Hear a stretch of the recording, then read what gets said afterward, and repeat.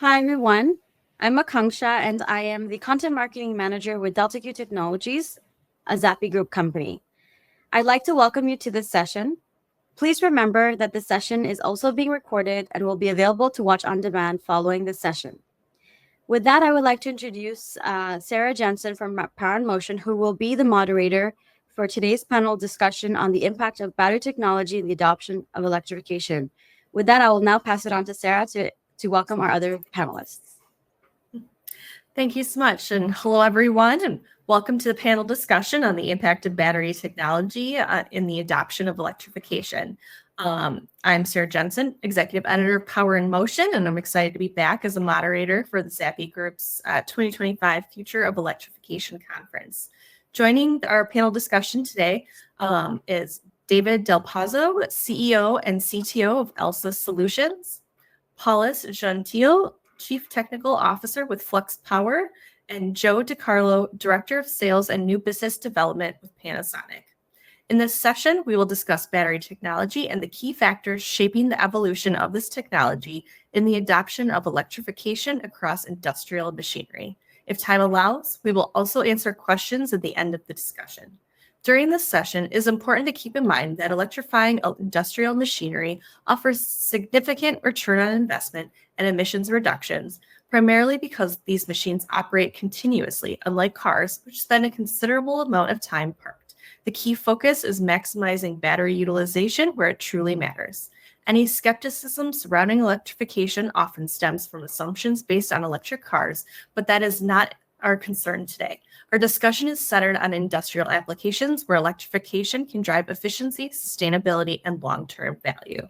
So with that, we'll get into our discussion. And, Paulus, I'm going to start with you. How would you describe the current state of battery technology in the push for electrification, and what key trends are shaping its adoption? Right. As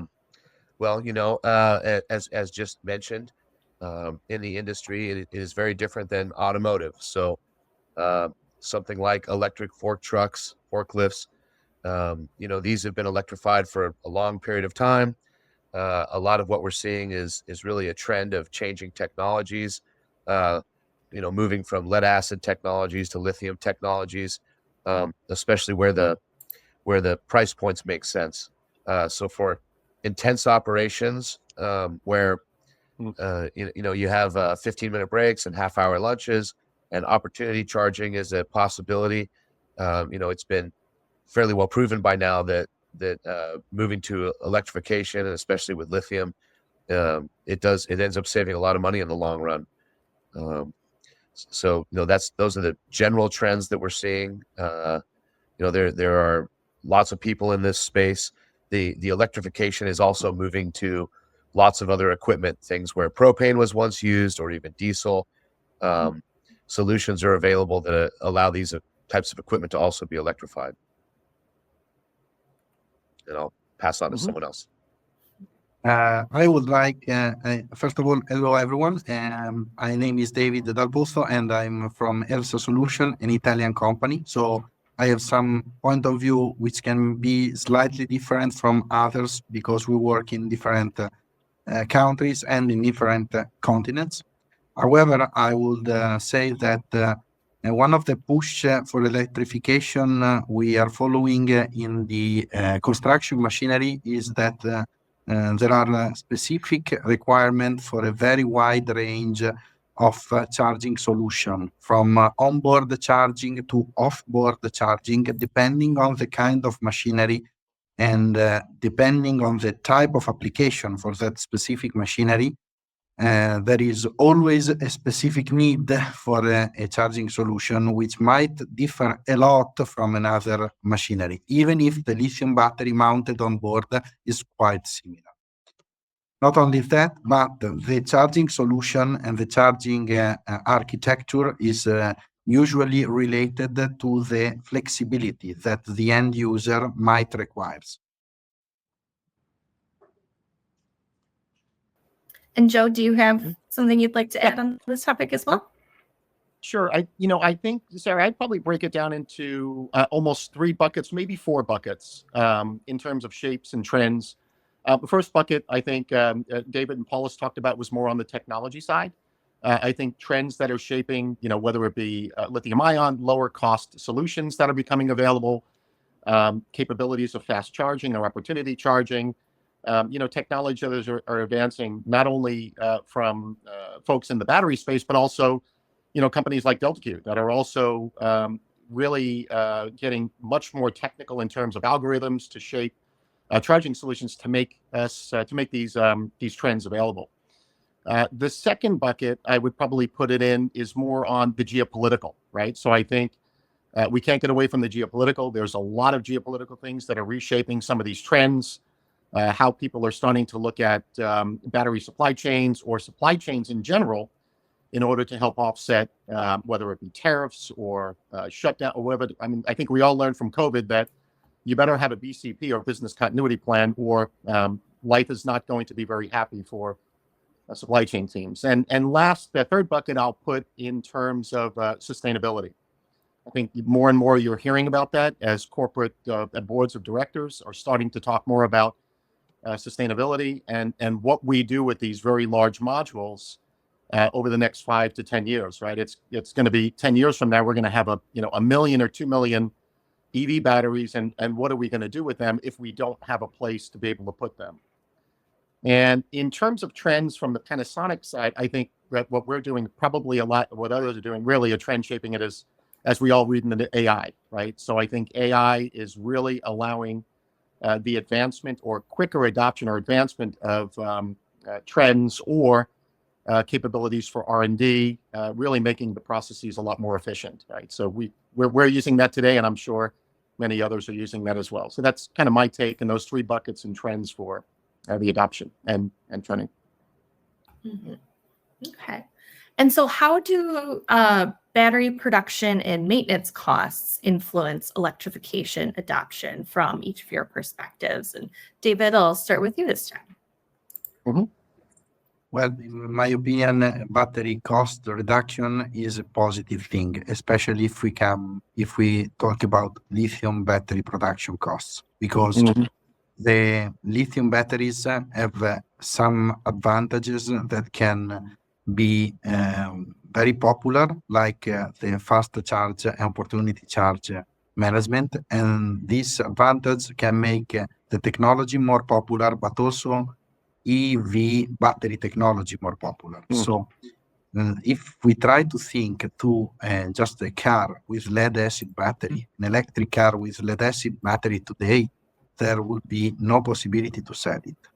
While the fact that electric cars are using lithium battery and they have some limits, well, at least they can be used with these limits. The point and the development which most of the cell manufacturers are trying to complete are actually related to the bottlenecks that shall be improved, like the charging times and the maximum charging power.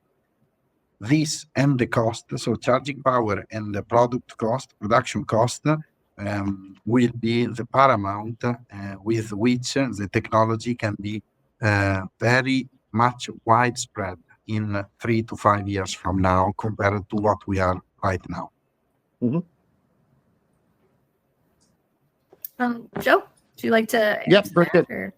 Yeah, I think David made a great point in terms of battery cost production, right? I think first, years ago, where we were looking at $1,000 or so per kilowatt hour. Now we're seeing pricing of sub $200 per kilowatt hour in terms of being available. So I think that is one thing that is helping to support the production maintenance costs getting lower. People are much more focused now on total cost of ownership, and maintenance is a part of that. As we all know, it's a lot easier to maintain a lithium-ion solution versus an ICE. In addition to that, I think I'll go the government policy and political route, right, where there's incentives and other things that are also helping to support lowering the initial costs and or total cost of ownership for these. So I think all of that combined is really helping to be able to overall lower costs for better adoption in this market. Mm-hmm. Okay. Recycling also. Yeah, no, everything these other guys have said. I would add to that there was a time just a few years ago where the cell companies were taking a hard look at what chemistries there would be going forward. And several of them would show me the end of the iron phosphate era, which there's obviously been a resurgence. It's the costs continue to decrease especially for iron phosphate chemistry. Yes, it doesn't have the energy density that's really there, considered necessary for automotive, but lots of car companies are starting to do iron phosphate as offerings in their vehicles also. So those costs continue to come down. The market is very mature as far as the cells go. Like we talked about, when you look at total cost of ownership, all the way to the recycling and to what needs to be done, it's just getting more and more attractive. And of course, there are lots of companies, different groups looking at second life. What do you do in these batteries? They still have some use to them, but they no longer fit the application. So there are value chains being created now, and the recycling part of it can be pushed off a little further as long as you can get some amount of energy in and out. You can talk about having kind of a Tesla wall, and there are companies taking EV batteries and specifically stacking those in containers to make larger storage devices. So a lot of these things are happening. Yep. Okay, great. And so, what are the biggest misconceptions or areas of skepticism about battery technology? Some of you have heard, or what are maybe, how do you overcome those? And Joe, I'll start with you this time. Yep, sure thing. I think from a misconception standpoint, first and foremost, I think that the one everybody is always afraid is the overall safety, right? We all see incidents.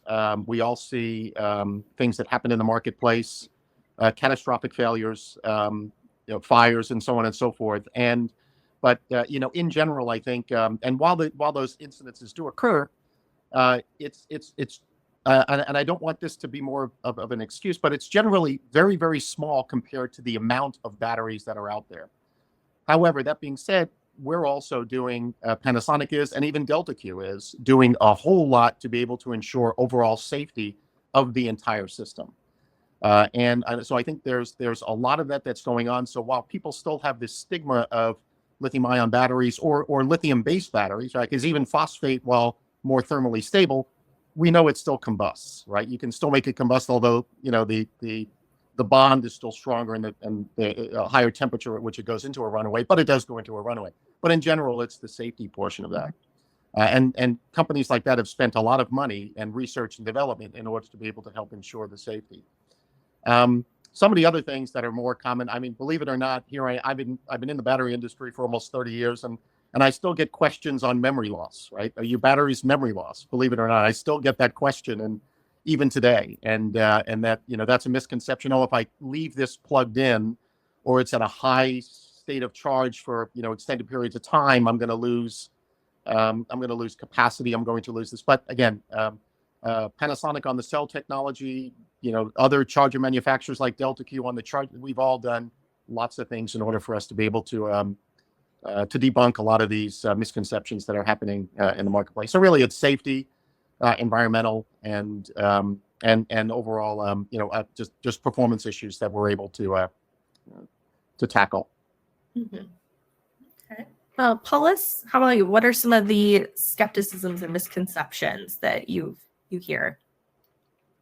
Yeah, Joe brings up some really good points. Of course, there was the famous Boeing incident, right? Mm-hmm. And Teslas are very popular, and it's funny, nobody films a gas vehicle burning on the side of the road, although they burn all the time, every day. But if there's a Tesla going on, some incident going on, that makes a lot of press, right? So we've spent lots of time, talking about, the things one does on the design side and the safeties in place, having, safety certified and approved battery management systems, and all these things to be able to, maintain the safe operating range of lithium batteries.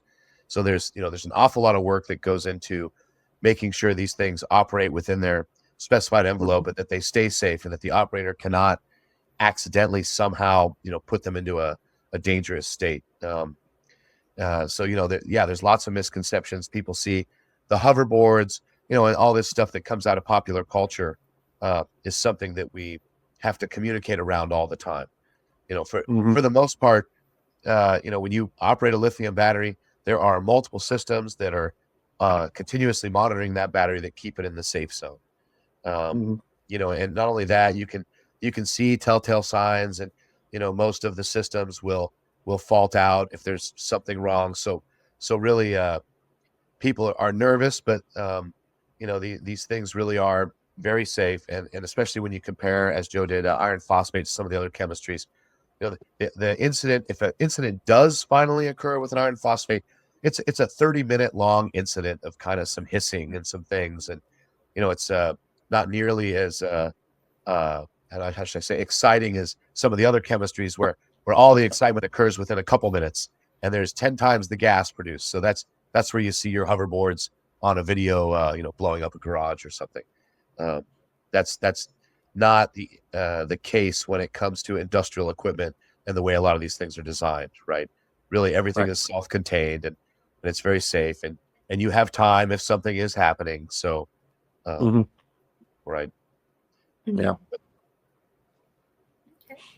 And David, how about from your I would like to add one thing that maybe applies more to a small company like our, which is related mainly to the service capability and to the maintenance of the product. So even if lithium batteries does not require a kind of maintenance like the one we mean for lead acid batteries, some service might be required from time to time. And so customers or potential customer typically ask us, are you capable of servicing the battery worldwide? Are the components used inside your lithium batteries available in 3 to 5 years from now? And so this is something we have to discuss very carefully at the very beginning of the project, because again, we are not making batteries for electric cars. We are making batteries for industrial equipment, for construction equipment, for intralogistic equipment. So machineries that have a very long lifespan, and the components inside should be capable of supporting their entire lifespan.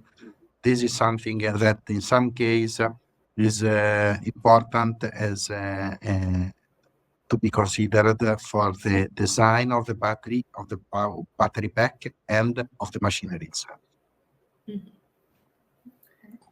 So would you guys maybe say that, maybe just a little more education and information out to the industry would help overcome some of the skepticism and misconceptions that people have? Not that there's not a lot of information out there, but, would more education on things be helpful to people? Of course. I think we've all been trying to do that for 50 years. Yeah.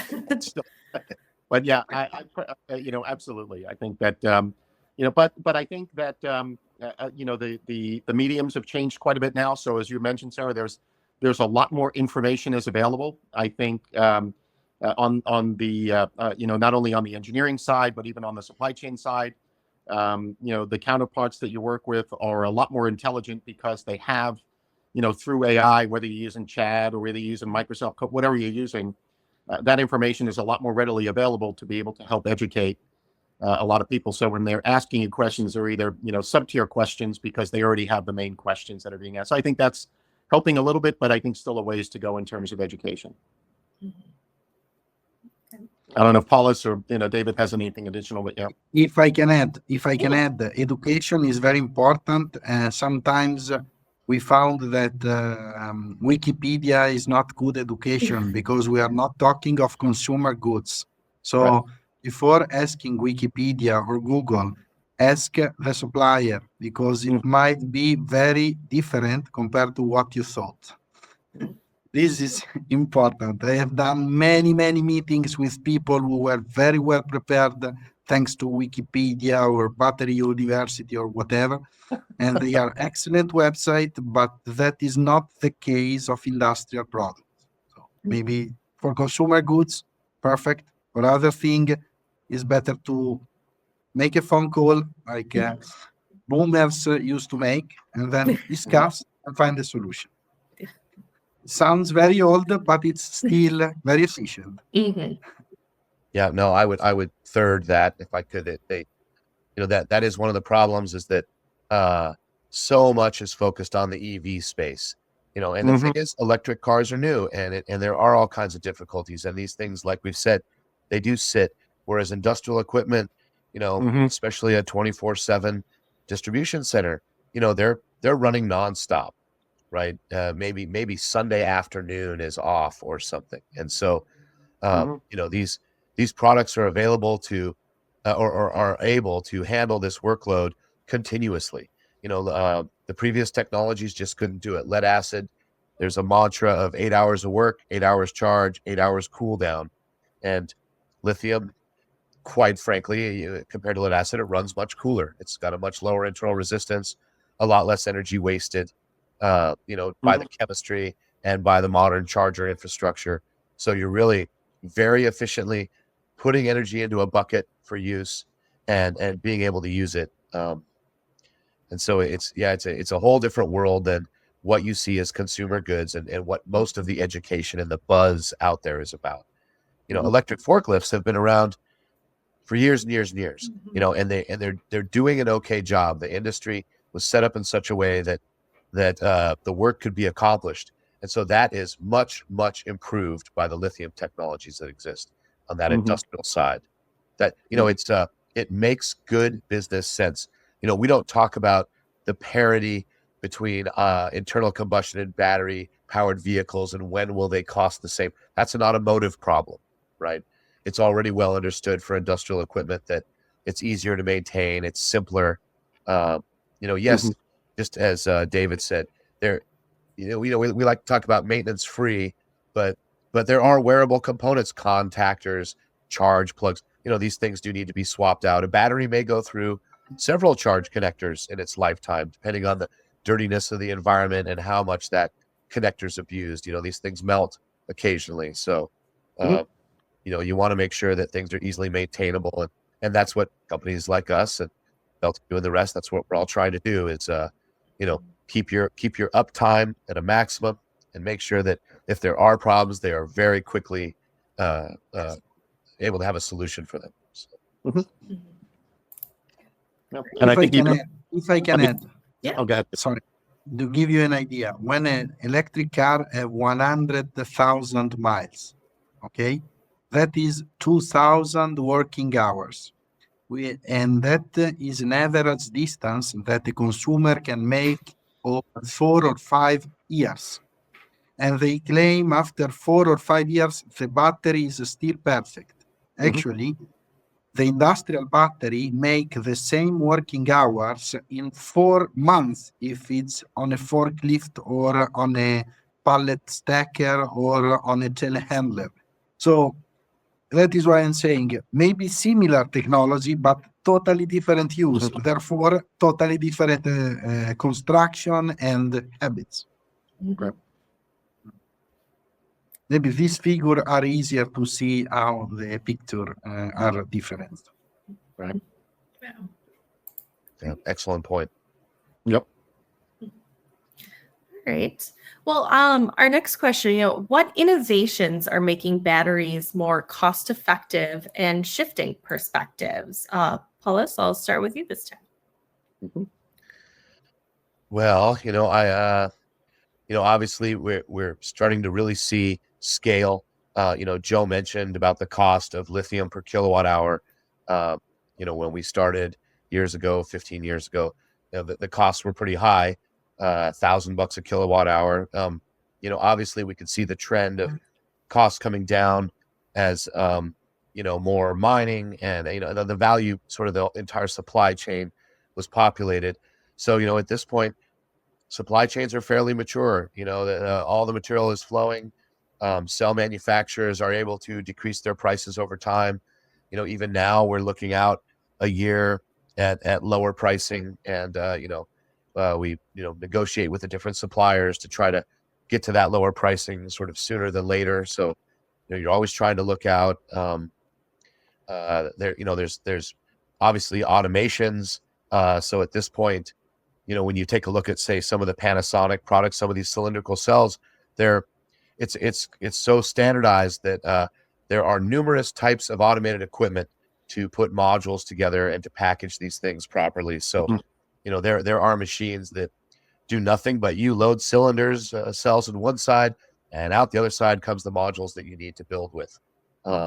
So really, we're seeing lots and lots of efficiency improvements and things. And then that even extends into the electronics realm. When we started, we were using discrete component built battery management systems. Now industry has responded with, they call them ASSPs, or application specific standard products. So there are AFE chips, BFE chips, meaning battery front end, a chip that does the same thing that a big circuit board used to do 7 years ago. So everywhere in that chain, there are all sorts of efficiencies that one can realize in one's products to shave costs and get better value. Pass it on to you guys. Joe, how about from your perspective?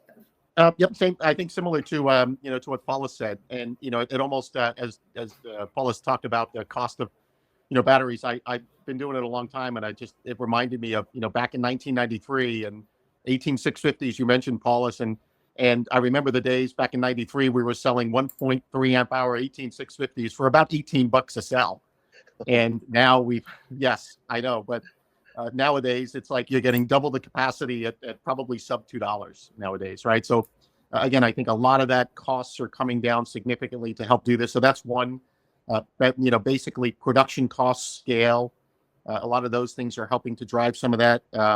We're also seeing, even on the sustainability portion, or second life, how people can reuse batteries, and we talked about that a little bit. I think we'll talk about a little bit more later too. But those sort of things where people can help better their total cost of ownership.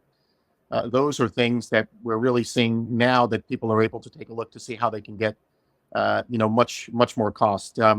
In addition to that, again, government policies are also, we see that helping to make things more cost effective and shifting perceptions. And then in addition to that, the improved safety and performance. So all of that, I think, is helping to make things more cost effective and efficient in the future. And David? For us, we have a very similar vision to Paulus and Joe, and I would say that our company has been a sort of crusader of lithium-ion technology. And in the past, this has been a limit by far for us, because we lost opportunities maybe 10 years ago, 12 years ago, because lithium-ion phosphate was very far behind the other technologies like lithium-ion, NMC, and NCA. But on the contrary, in recent years, this technology has improved a lot and has decreased further the cost. Therefore, the potential market is high. The second innovation, which in my opinion will contribute a lot, is the fact that everyone is claiming that the lithium technology is good, and that is better for the market and is better for the market adoption compared to proprietary technologies. In the past, we know batteries have had proprietary technology like nickel sodium or other kind of technology which were actually good, but they were only owned by one or two companies. So there was not a critical mass to scale up the production and the critical mass to promote the product worldwide to different type of industry and customers. While for the lithium technology, that is a totally different scenario, because everyone now is claiming lithium. So maybe we will find in the future lithium batteries in application which will not require lithium batteries, but because it's the trend, we will adopt it in that application. So that is good for adoptions, market adoptions. Do not overuse it. Okay. And so, what are some of the most promising strategies for battery recycling and second life applications that each of you sees? David, we'll start with you this time. Well, for battery recycling, I would like to make a brief introduction. There is second life and battery recycling. In most of the case, I would like people to have a very clear idea that these are two different things and they are not against each other. They are one after the other, because sooner or later, every single battery will go to the recycling part. But the later it is, the best it is for the environment.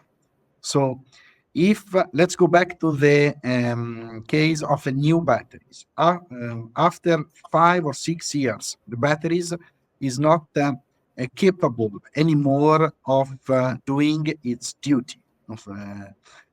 Instead of going straight to the recycling facility, then it's very important to approach this with a second life project. Second life means what our grandmother used to make with the old sweaters. So reuse it in a different purpose. And that is the best way, the best approach ever. And this is real typical of the mankind, in my opinion, because you take one thing which is not good for doing its job and you reuse it for a different job.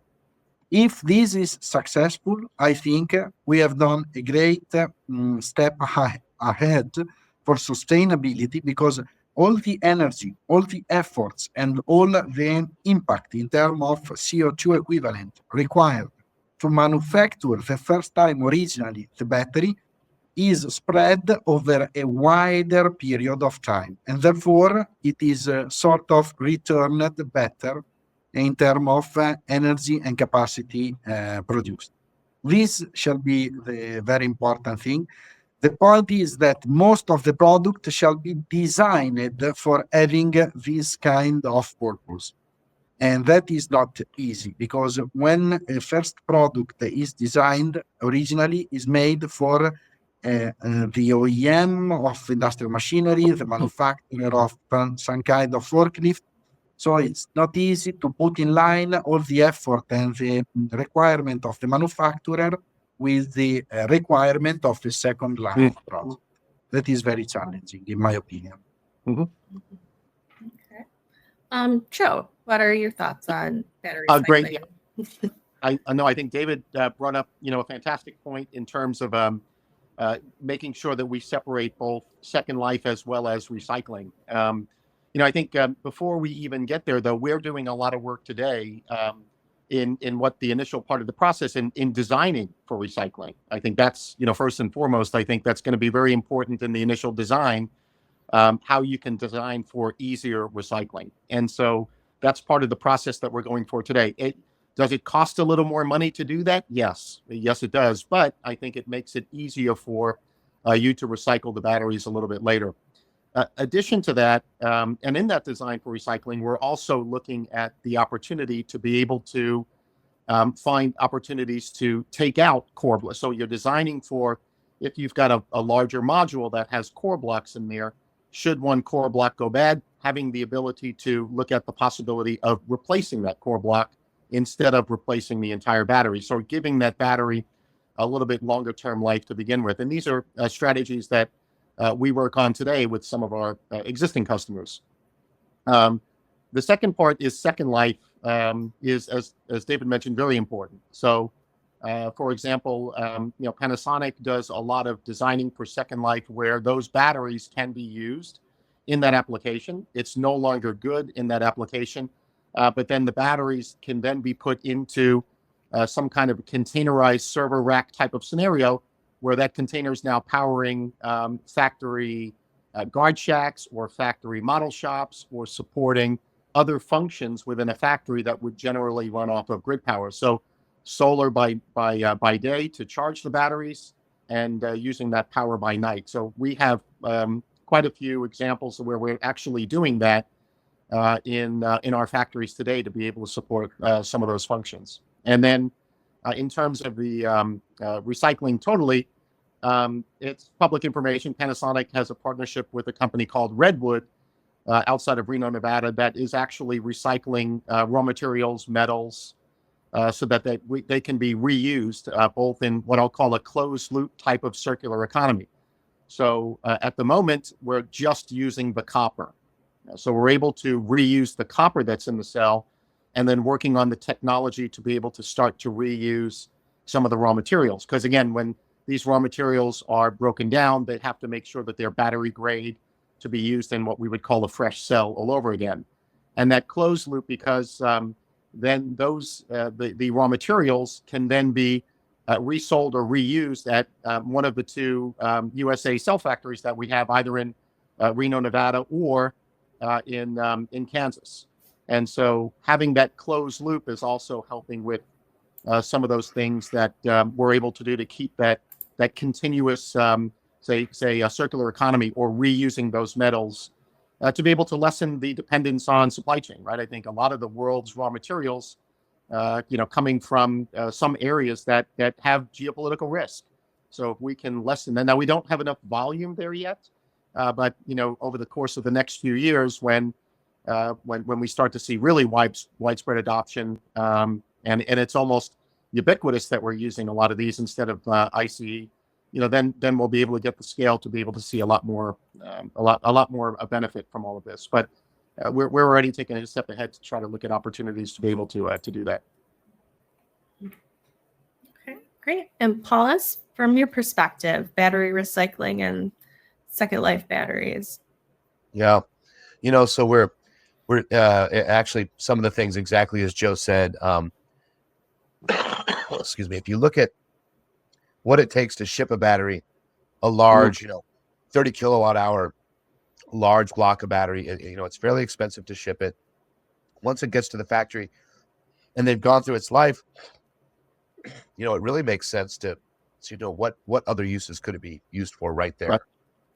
And so, one of the things people find is that once you go and move to lithium or something like that, something where a more intense energetic technology, you're moving away from, say, a lead acid charging wall, which charges sort of gradually over time, and now you're charging more intensely on lunches and breaks, so you have higher peaks, and in some instances, you're getting charged for that peak energy, and they measure you at the peak rate and then charge you accordingly. So it makes good business sense in a lot of cases to try to shave those peaks. So we're looking at programs where the second life of the battery could just be used locally for peak shaving. That's one possibility. And especially if you're in a location, some of the middle of the country where there's a lot of wind power or solar power, you could get incentives from the power companies to have electrical equipment, because now you're able to suck up that energy off the grid, more readily than say the standard household where where your peaks are, what's going on. If industry's running along, it can use that energy as it's available. So, and then at the same time, we are trying to partner with various second life companies. There are several who they have techniques and technologies for quickly analyzing used batteries and cells to determine state of health, and how best they can utilize those. So we've seen lots of different designs and suggestions, and things where other companies can take our remaining packs, do some amount of breakdown, and then repackage that for second life applications. So, I think that's it's fairly new. It's an exciting use because it's, already it makes pretty good business sense to lithium. There's something to be had on the back end, and more use that can be got out of that. That's just even more efficient, right? Those are some of the things, they're kind of hot topics now. I think one of the things we need to overcome there too is, of course, as you can imagine, a lot of the liabilities that go along with second life. I think, trying to work with customers to use that second life internally. For those outside of the U.S., they probably don't understand it, but for those that do, we are a very SUE happy country, and so design for reusing products. People never want the liability of a battery that may be designed for an industrial application to be used in another application, because if there's an issue out there, then who's at fault, right? So I think that having those conversations with some people to figure out how we can get around that is really going to be important. And if we can do that internally within an organization, obviously that's very good. Like if it's if an industrial company that's using this battery, a fork truck company can use it, and then take those batteries when they're spent or not for use for that application anymore, but can use that to support other functions inside of the warehouse or inside of the factory. That would be something to get the rest of the life out of it and then go to recycling. So that's one of the challenges that we always have to have especially in the U.S. is overcoming some of those legal challenges and liability issues. If I can add, we are a European-based company, and we know that lawyers are not the same as in US, but the liability is a very important issue for Second Life, because even if you do supply something free of charge to the end user, as long as it is a consumer, then you have the liability. Even That's if you right. supply Second Life free of charge, so it's like a gift. Instead of saying thank you, if there is an issue, I will sue you. Yes. So, and the recent European battery regulation, which has been completed last year in July, does clarify a lot of things about Second Life, but it does not clarify nor reduce the liabilities on behalf of the so-called importer or battery manufacturer. Mhm. So the topic is still very heavily to be considered. Yes. Agreed. 100%, David. So this Christmas, do not make any gift with lithium batteries. Noted. All right. Well, to kind of start helping wrap up our conversation, how is the global landscape impacting material sourcing and battery technology adoption? And what is the outlook for the next 5 to 10 years to scale the transition to electrification? Joe, I'll start with you this time. I think the first one in terms of just in terms of business continuity and the global geopolitical landscape obviously is first and foremost on everybody's mind, right? I mean, every day you're hearing various tariffs all over, and how do we mitigate those risks, and then how we're able to do that. I think, like I said, if you were around or working during the COVID times, I mean, supply chain was an absolute disaster, right? You couldn't figure out which country was going to go on lockdown, which country, and so you had to establish that. And now we've got tariff risks all over the place, especially I'm talking for myself on the USA side, but we've got tariff risks, importing of materials to be able to produce. That's becoming and causing a lot of people to shift material sourcing and battery technology. So how do we get rid of the supply chain disruptions? How do we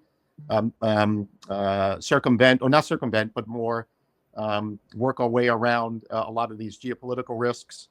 And then also, I'll also put in there too the environment and the ethical portion, right? So your good sourcing, right? We saw it happen with coffee beans, right? Where I think we all wanted ethical sourcing of coffee beans, and so the market reacted and said, I'm not going to source coffee beans from companies or from countries or whatever that are using child labor, right? We've seen that in the mining of cobalt, for example, right? Where people are going to start to think a little bit more because it's so popular now, and because of the widespread of internet and everything else, unethical sourcing companies are starting to get hit hard by the market, and so we're looking at that a little bit more.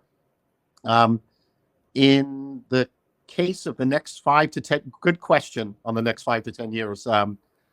Hopefully, I'm retired by then, but I think that my thinking is that we need to make it easier to adapt, and I think companies are working towards finding ways for us to be able to make the adoption a whole lot easier, and then also ease of use while still being net neutral towards the environment. So I think because a lot of companies are looking at that. Even in Panasonic's mission statement, right? We're all about sustainability and making sure that we can we can help to be able to preserve the environment. That's part of our mission statement. So even when we're going into a design with a lot of people, those are preliminary questions that we ask and how we're going to accommodate for these sort of things going into the future.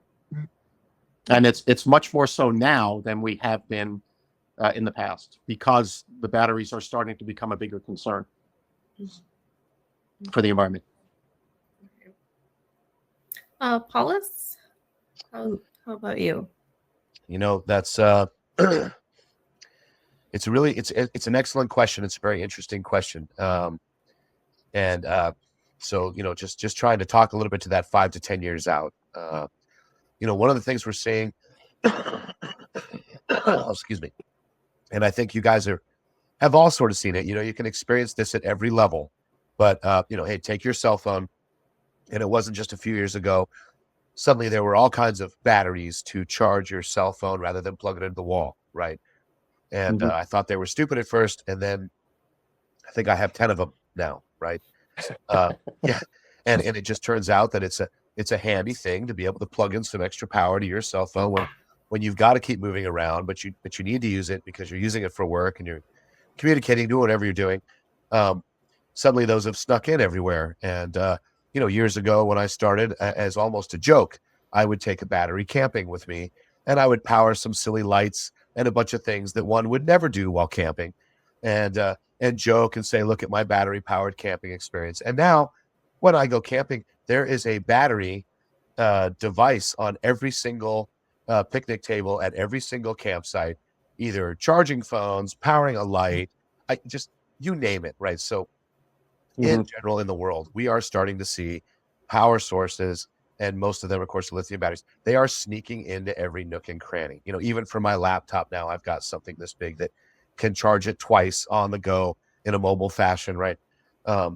So you start to look at industry and the trends that we see with what we see with cell phones, all this stuff. They follow through on industry. It makes sense. You can imagine a world with sort of ubiquitous power, if you will, and sources all over the place, buffering all over the place. The paradigm shift that happens there is significant. Things become more efficient and things become more stabilized. And imagine for a power company to not have to deal with the afternoon peak when everybody gets home and turns on their lights and starts cooking, right? That makes it very easy for them just to run equipment at a steady state, have buffering all over, distributed about. So we're really seeing this trend, and of course, the faster one can charge these various energy storage devices, somewhat the better, right? Because you open up even more of a paradigm shift. Obviously, what EVs are waiting for is really fast charging. You need kind of a 5-minute, less than a 10-minute recharge to make it comparable to what we have today. And then I don't think if we were down to a 5-minute charge for EV batteries with excellent lifespan, there would be a discussion about this. Now, still have to get the power there, and you don't realize just how much power that is, right? So now you talk about more buffering. I mean, a lot of people don't realize that a Tesla supercharger has a big battery attached to it, and it's trickling up over time and then blasting energy into your car. And when that battery's empty, it becomes a regular charger, right? So now it's going much slower. So they can kind of be in an empty state where it takes a while to refill them. So, all these things coming together in the next 5 or 10 years, it honestly, it looks like much larger adoption. Lots of companies have green initiatives, and there have been numerous government studies. We've participated in some of them that study just the overall energy savings to some of this stuff. Those results will be coming out soon. Be able to share everything, but it's fairly obvious that you can make the world a more efficient place, and you can save your business money and the consumer money while doing it. And so that's kind of it's a triple win, right? So that these trends are, they're really driven by the bottom line a lot of the time. And on top of that, the green initiative and the ethics of it. And so, obviously none of us want to return to, the London of, Oliver Twist, where everything's dark and there's clouds of, coal smoke everywhere. So there's a lot of push to see that happen, and it can be done in a profitable way that makes sense. So that's kind of how I see the next 5 to 10 years going. And David, how about you? Well, I'm in line with the other guys. I would say that besides the geopolitical thing, we are in Europe, and so you have to remember that Europe has still to understand what to do when Europe will be grown up.